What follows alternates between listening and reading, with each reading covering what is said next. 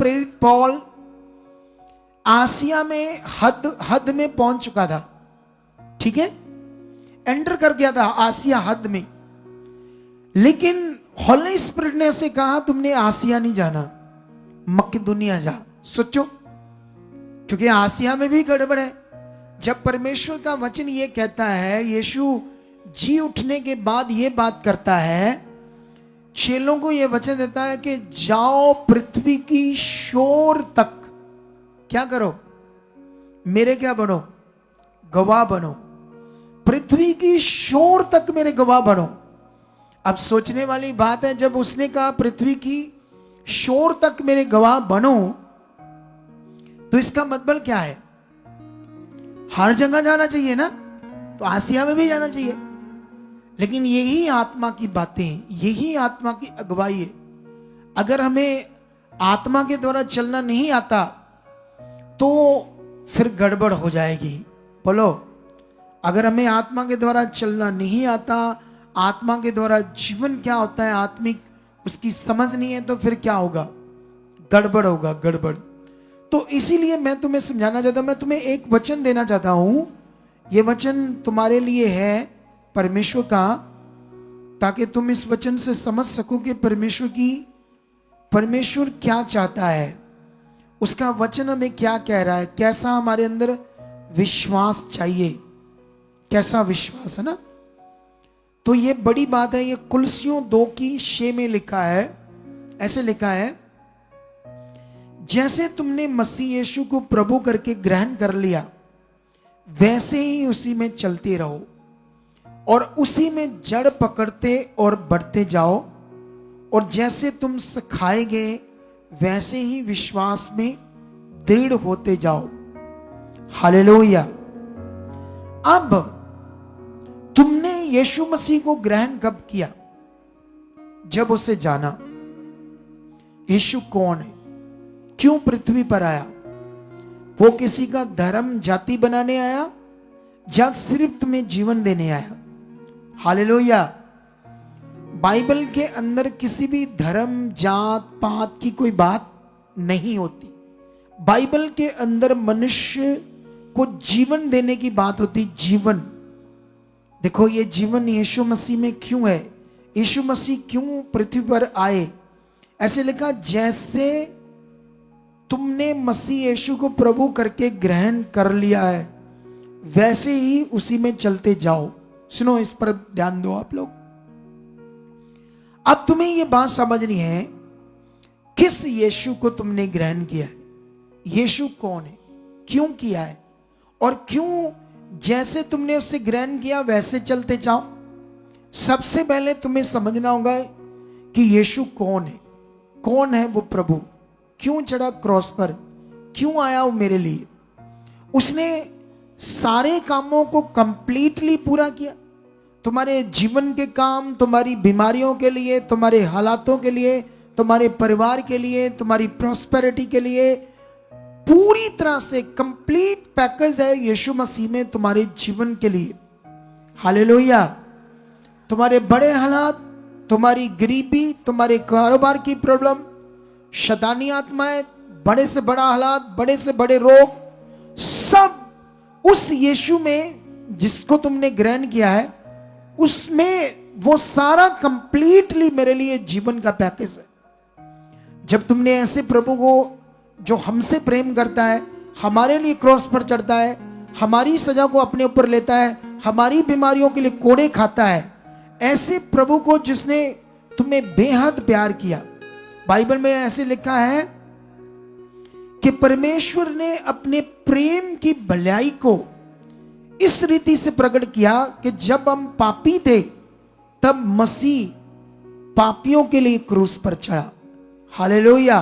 Bible में लिखा, इस दुनिया में किसी भले मनुष्य के लिए, किसी अच्छे मनुष्य के लिए कोई साथ खड़ा हो सकता है, उसका साथ दे सकता है अच्छे मनुष्य के लिए, लेकिन बुरे के लिए, पापी के लिए, गलत के लिए, है ना, डाकू के लिए, व्यभिचारी के साथ कौन खड़ा होगा? कोई भी नहीं। लेकिन सोचो हम कौन थे?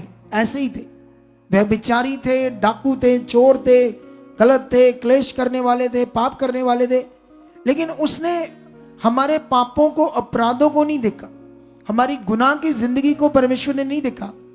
उसने ये साइड पर करके हमसे क्या किया? परमेश्वर ने प्रेम किया। प्रेम, ये प्रेम किया उसने, प्रभु ने। तो उस प्रभु को हमने क्या किया? ग्रहण किया है। हालेलुया। अब उसमें चलना है, भूलना नहीं। मैंने कौन से प्रभु को ग्रहण किया, उसने मेरे लिए क्या किया।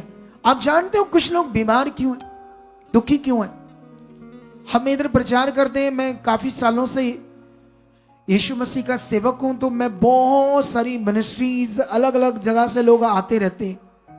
जब किसी को डिलीवरेंस नहीं मिलती, छुटकारा नहीं मिलता, तो आते हैं लोग, ठीक है। जब लोग आते हैं तो हम उनसे मिलते हैं। वो बीमार है, दुखी है, हालात में, परेशानियों में। अगर तुम में से भी कोई है तो आज का ये वचन भूलो मत। तुमने कौन से प्रभु को ग्रहण किया है, जिसने तुम्हारे लिए, तुम्हारी जिंदगी को अच्छा बनाने के लिए, बेहतर बनाने के लिए, बेस्ट बनाने के लिए अपने काम को क्या कर दिया? पूरा कर दिया। मैंने 31 की नाइट को एक वचन दिया था, विश्राम में प्रवेश करना। बोलो किसमें? यीशु मसीह ने कहा ना, जो बोझ के नीचे दबे हुए लोगों, बोझ मतलब स्ट्रेस, चिंता, रोग, हालात, दुख, बीमारियां, उसने कहा बोझ के नीचे दबे हुए लोगों मेरे पास आओ, मैं तुम्हें क्या दूंगा? विश्राम दूंगा। खुदा ने कहा मेरे पास आओ, मैं तुम्हें क्या दूंगा? विश्राम, आराम उसके पास है, ठीक है। लेकिन अब उसके पास आने का मतलब, अब उसमें चलने का मतलब क्या? हमारे अंदर ये कॉन्सेप्ट क्लियर है, ये मेन है। हालेलुया। ऐसा नहीं बस बैठे, वर्शिप हो रही है, नाचे, हाथों को हिलाया और चल दिए। इस कॉन्सेप्ट में आपका दिमाग क्या काम कर रहा है? यीशु मसीह के आने का उसने क्यों कहा? मैं दोबारा उस वचन को रिपीट करता हूं तुम्हारे लोगों, तुम लोगों के लिए, क्योंकि मैं तो जानता हूं तुम में से कोई, किसी को याद भी नहीं होगा वो वचन अच्छे से, कि याद होगा? बोलो कितने लोगों को? ऐसे लिखा है, 4:1 में लिखा है, इब्रानियों, इसलिए जबकि उसके विश्राम में प्रवेश करने की प्रतिज्ञा अब तक है तो हमें डरना चाहिए, ऐसा ना हो कि तुम में से कोई जन उससे वंचित रह जाए। क्योंकि हमें उन्हीं की तरह सुसमाचार सुनाया गया, पर सुने हुए वचन से उन्हें कुछ लाभ ना हुआ, क्योंकि सुनने वालों के मन में विश्वास के साथ नहीं बैठा। परंतु आगे बढ़ते हैं, हम जिन्होंने विश्वास किया उस विश्राम में प्रवेश करते हैं, जैसा उसने कहा, मैंने अपने क्रोध में शपथ खाई कि वह मेरे विश्राम में प्रवेश करने ना पाए। तो यहां पर अगर हम इस वचन को और समझें ध्यान से, वचन में लिखा किन लोगों ने उस विश्राम में प्रवेश नहीं किया? आज्ञा ना मानने वालों ने। हालेलुया। जिस विश्राम की प्रतिज्ञा, जिस आराम, विश्राम देने के लिए खुदा ने अपने काम को पूरा किया, जो हीलिंग के काम को, चंगाई के काम को, बरकत के काम को, आशीष के काम को उस खुदावंद ने पूरा किया हमारे लिए। लेकिन अगर वो हमारे जीवन में नहीं है तो उसका कारण हमारा मन, उसका कारण हमारा फोकस, उसका कारण हमारा ध्यान नहीं है। हालेलुया। अगर आपको संगति से ठंड रोकती है तो आप बड़े नॉर्मल बिलीवर हो।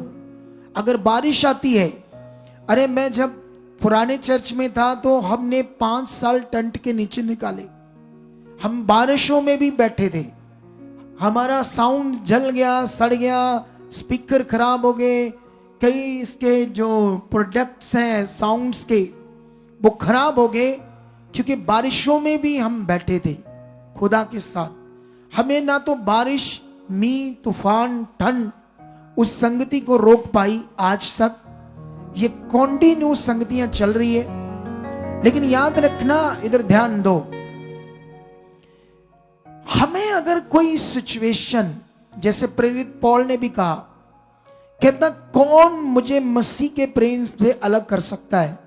क्या मौत, जोखिम, हालात, बीमारी, रोग, तकलीफ, भूख, है ना, या तलवार, या लोग, या दुनिया, या संसार?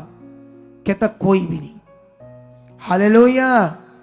कोई भी हमें मसीह के प्रेम से अलग नहीं कर सकता। किसने कहा? जिनके अंदर वो प्रेम जो परमेश्वर ने हमसे किया अगर हमारे अंदर बसा है, अगर उसके उपकार की, उसने जो हमारे साथ भलाइयां की है, अगर वो हमारी जिंदगी में बने हुए हैं। ध्यान दो उस बंदे पर, मैं क्या बोल रहा हूं? मैंने कहा अगर हमारी जिंदगी में वो उपकार, वो भलाइयां बनी हुई है, तो ये बात याद रख लो, फिर हम कभी भी उसके प्रेम से खुश भी हो जाए अलग हो नहीं सकते। उसकी इच्छा हमारे जीवन से पूरे होने के बिना रुक नहीं सकते। हम तो करते जाएंगे उसकी इच्छा पूरी। अगर हमारे अंदर उसकी भलाई, उसका उपकार, उसका बड़ा किया हुआ काम हमारे मन में बसा है, हमारी जिंदगी में फिर पहला दर्जा किसका होगा? खुदावंद का होगा, परमेश्वर का होगा। वो कितना बड़ा है, वो कितना सामर्थी है, वो कितना ताकतवर है, कितना महान है। बाइबल में लिखा, किन लोगों ने उसके विश्राम में प्रवेश नहीं किया? किन लोगों ने? उन लोगों ने नहीं किया जिन लोगों ने उसके वचन को तोड़ दिया, उसकी इच्छा में बने नहीं रहे। हालेलुया। इसीलिए कुलसियों में लिखा, जैसे तुमने प्रभु यीशु मसीह को ग्रहण किया वैसे उसमें चलते जाओ। लेकिन मैं तुम्हें बताना चाहता हूं, ये जो 3-4 हफ्ते आने वाले हैं, फर्स्ट, सबसे पहले जितने भी ये 3-4 हफ्ते हैं, चाहे ये आने वाला संडे, फिर उसके बाद थर्सडे, फिर संडे, जितने भी 3-4 हफ्ते हैं, ये ना स्पेशल हो गए तुम्हारी जिंदगी में।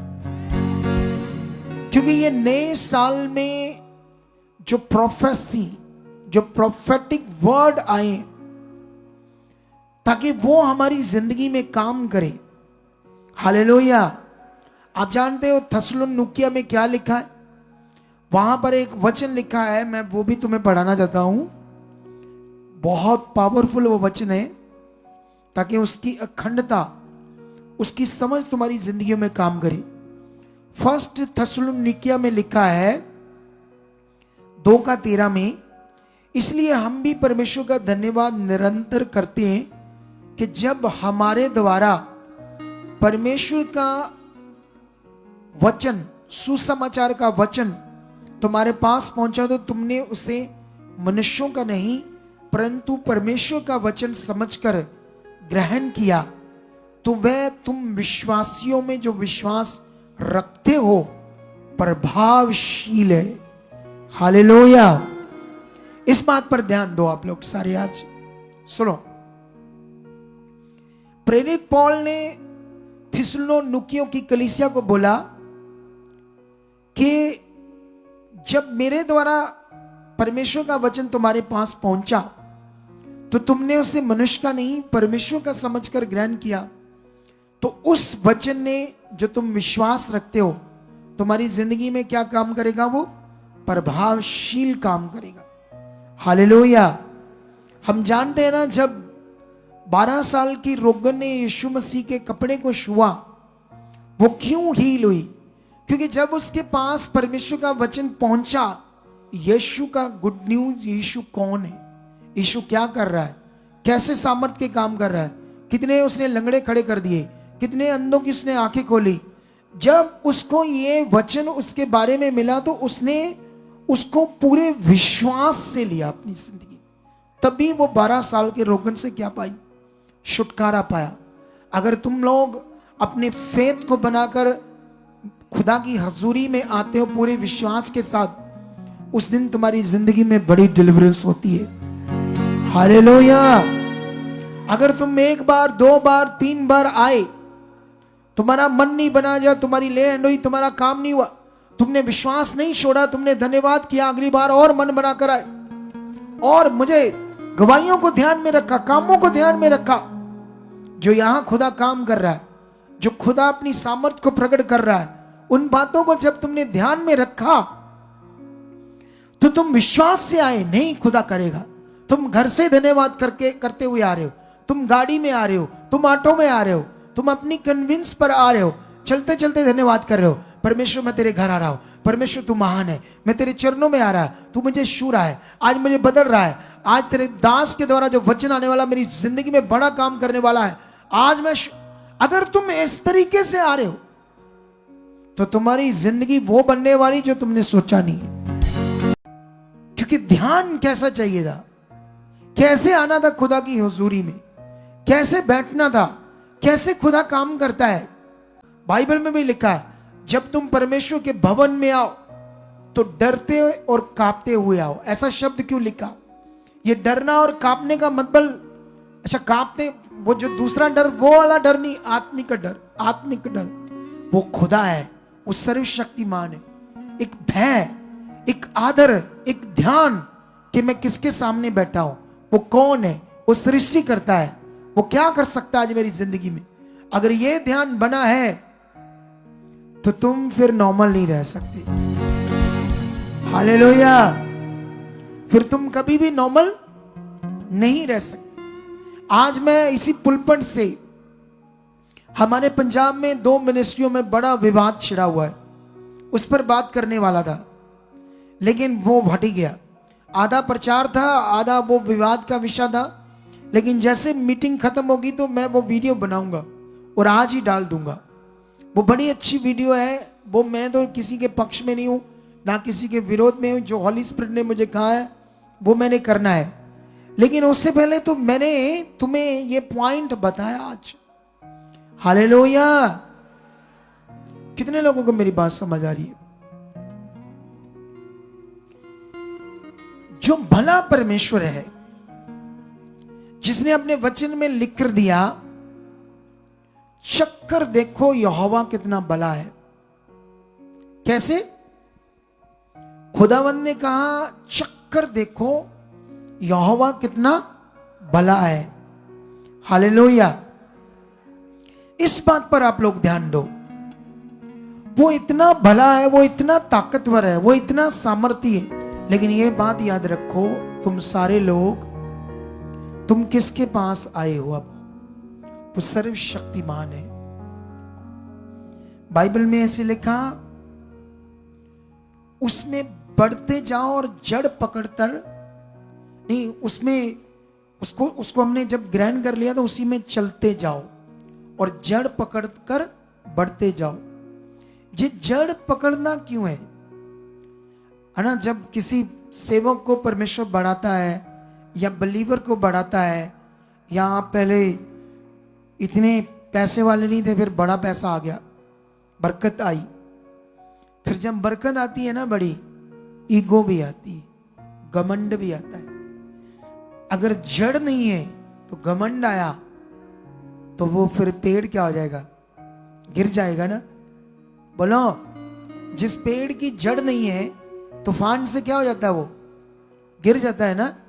ऐसे ही एक बलीवर जब बढ़ रहा है, अगर उसकी जड़ वो आत्मिक पकड़ नहीं रहा अंदर से, तो फिर वो गिर जाएगा। इसीलिए ये बातें बड़ी मजबूत है, ये तगड़ी है, ये बहुत पावरफुल बातें। हालेलुया। क्या है ये? सुनो, तुम्हें ना परमेश्वर के लिए जीना है। तुम्हारे आसपास लोग कौन है, क्या करते हैं, मिनिस्ट्री में क्या करते हैं, तुम्हें ये नहीं देखना, क्योंकि तुम्हें सिर्फ परमेश्वर को देखकर चलना है। अपना फोकस परमेश्वर की ओर बनाना है। इसीलिए बाइबल में लिखा ना, जब तुम फिलिपियों में पढ़ोगे, जो बातें, अगर मैं उस वचन को पढ़ाऊं तुम्हें, तो इस वचन को हम समझते हैं, ये तगड़ा वचन है हमारे लिए। फिलिपियों का 4:8। इसलिए है भाइयों, जो जो बातें सत्य है और जो जो बातें आदरणीय है और जो जो बातें उचित है और जो जो बातें पवित्र है और जो जो बातें सुहावनी और जो जो बातें मनभावनी, अर्थात जो जो सद्गुण और प्रशंसा की बातें हैं, उन पर ध्यान लगाया करो।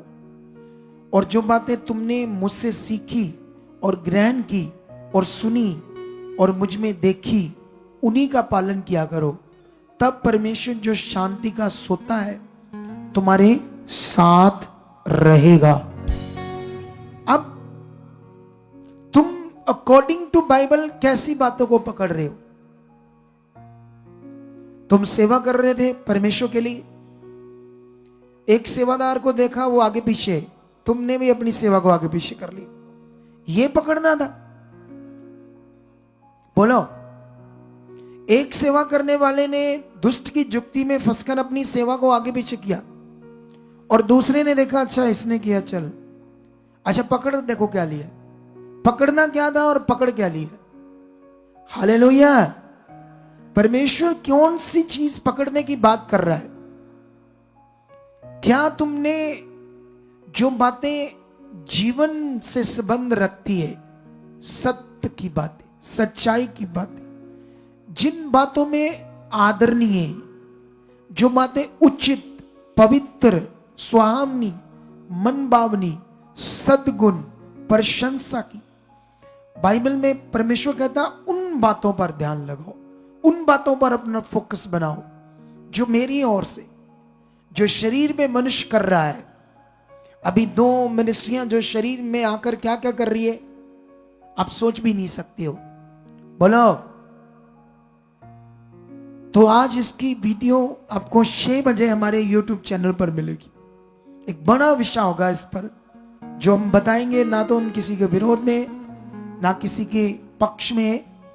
होली स्पिरिट ने जो कहा है वो एक रिक्वेस्ट पूर्वक वीडियो होगी ताकि परमेश्वर के लोगों का भला हो, बस। तो आपको समझ आ रहा है कि नहीं आ रहा है? क्या तुमने मनुष्य को देखकर, किसी इंसान को देखकर, उसकी बात सुनकर अपने मन को खराब किया? ये परमेश्वर की इच्छा थी या खुदा की या शैतान की? ये दुष्ट की इच्छा थी। बहुत बार लोग होते हैं कि इधर उधर की बातों में फंसकर अपने जीवन को खुदा के साथ कम कर देते। पहला स्थान, पहला दर्जा मेरा परमेश्वर, मैं उसके लिए करता हूं, मैं उसके लिए जीता हूं। आसपास बड़े नौटंकी लोग मिलेंगे, आसपास के ऐसे लोग मिलेंगे जैसे तुम्हें लगेगा, क्योंकि जब कोई तुम्हारे फेवर में बात करेगा, तुम्हारे अच्छे के लिए बात करेगा, तुम्हें वो अच्छा लगेगा। दुनिया में ऐसे ही होता है। दुनिया में किसी भी गलत इंसान को रोको, समझाओ कि तुम गलत कर रहे हो, उसको क्या लगता है? गुस्सा लगता है या नहीं लगता है? बोलो। मैंने ये सीखा है, एक्सपीरियंस क्या बड़ा। किसी भी गलत करने वाले को समझाकर देखना, वो आगे से तुम्हें पता नहीं कितनी बातें समझाएगा, इधर उधर की बातें करेगा, क्योंकि वो शरीर में जकड़ा हुआ है, उसको समझ नहीं आ रही क्या करना है। तो इसलिए खुदा जिंदा है और बाइबल में लिखा, अगर उन बातों को तुम पकड़ोगे जो खुदा कह रहा, तो परमेश्वर जो शांति का सोता वो तुम्हारे क्या रहेगा? साथ रहेगा। अगर तुम चाहते हो खुदा मेरे साथ रहे, उसकी प्रोटेक्शन, वो मुझे प्रोटेक्ट करे, सहायता करे, मेरी रक्षा करे, मुझे छुड़ाए, मुझे बलवंत करे, हालेलुया। तुम याद रखना, खुदा के लिए। जब यूसुफ खुदा के लिए चला, जब नहम्याह खुदा के लिए उसने अपने बड़े काम को, वो राजा का प्याऊ था नहम्याह। कितने लोगों को यह वचन पता है नहम्याह के बारे में कि वो, उसका बिजनेस, उसका काम, वो एक राजे का प्याऊ था। प्याऊ समझते हो क्या होता है? हैं? कई लोगों को नहीं पता होगा।